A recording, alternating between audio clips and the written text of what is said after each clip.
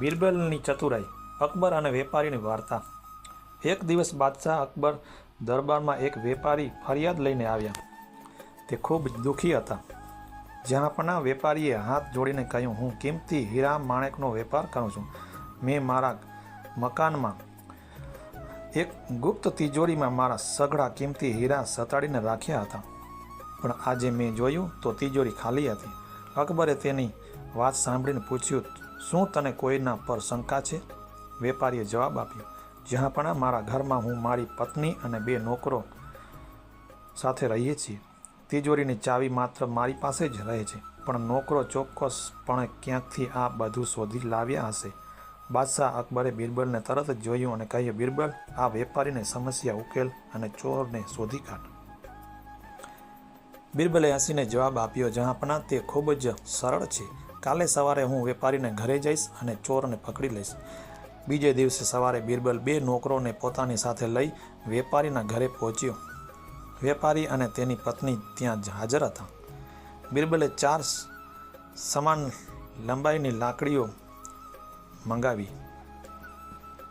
હવે સાંભળો, બીરબલે ગંભીરતાથી કહ્યું, આ 4 લાકડીઓ ખાસ મંત્રથી સિદ્ધ કરેલી છે। જેણે હીરા ચોર્યા હશે તેની લાકડી કાલે સવારે 1 ઇંચ જેટલી વધી જશે। કાલે સવારે આ લાકડીઓ આપણે બાદશાહના દરબારમાં તપાસ્યું। બીરબલે બધાને 1-1 લાકડી આપી અને બીજા દિવસે સવારે દરબારમાં હાજર રહેવાનું કહ્યું। તે રાત્રે જે નોકર ખરેખર હીરા ચોર્યા હતા તે ખૂબ જ ડરી ગયા। તે મનમાં બોલ્યો, જો મારી લાકડી વધી જશે તો હું પકડાઈ જઈશ। ચાલો હું તેને 1 ઇંચ કાપી નાખું તો કાલે તે બાકીની લાકડીઓ જેટલી જ દેખાશે। અને તેણે એવું જ કર્યું। બીજા દિવસે સવારે જ્યારે બધા દરબારમાં ભેગા થયા ત્યારે બીરબલે દરેકની લાકડીઓ તપાસી।